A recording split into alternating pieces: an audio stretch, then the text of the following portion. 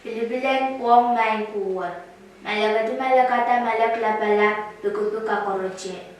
Lipay kapine tula parak elwa mechu kochapangowa beryara lokap pesarak sokole itakrong panyet irongata palikur pelang sapwen mok mikuchi.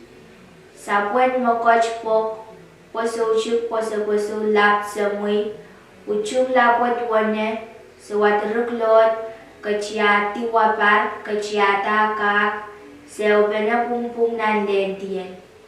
Cora la chamuroy, patala ka broy, kau bala sapwerek, sapwentara ka pucek, sapcuk senpe sap labala pen pompi sap leta.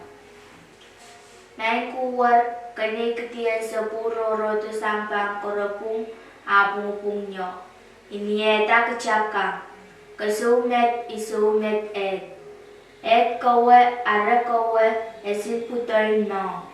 Kopit nong salak rumir kesecik rirak kai pungku kanarain uch mai riak riamen.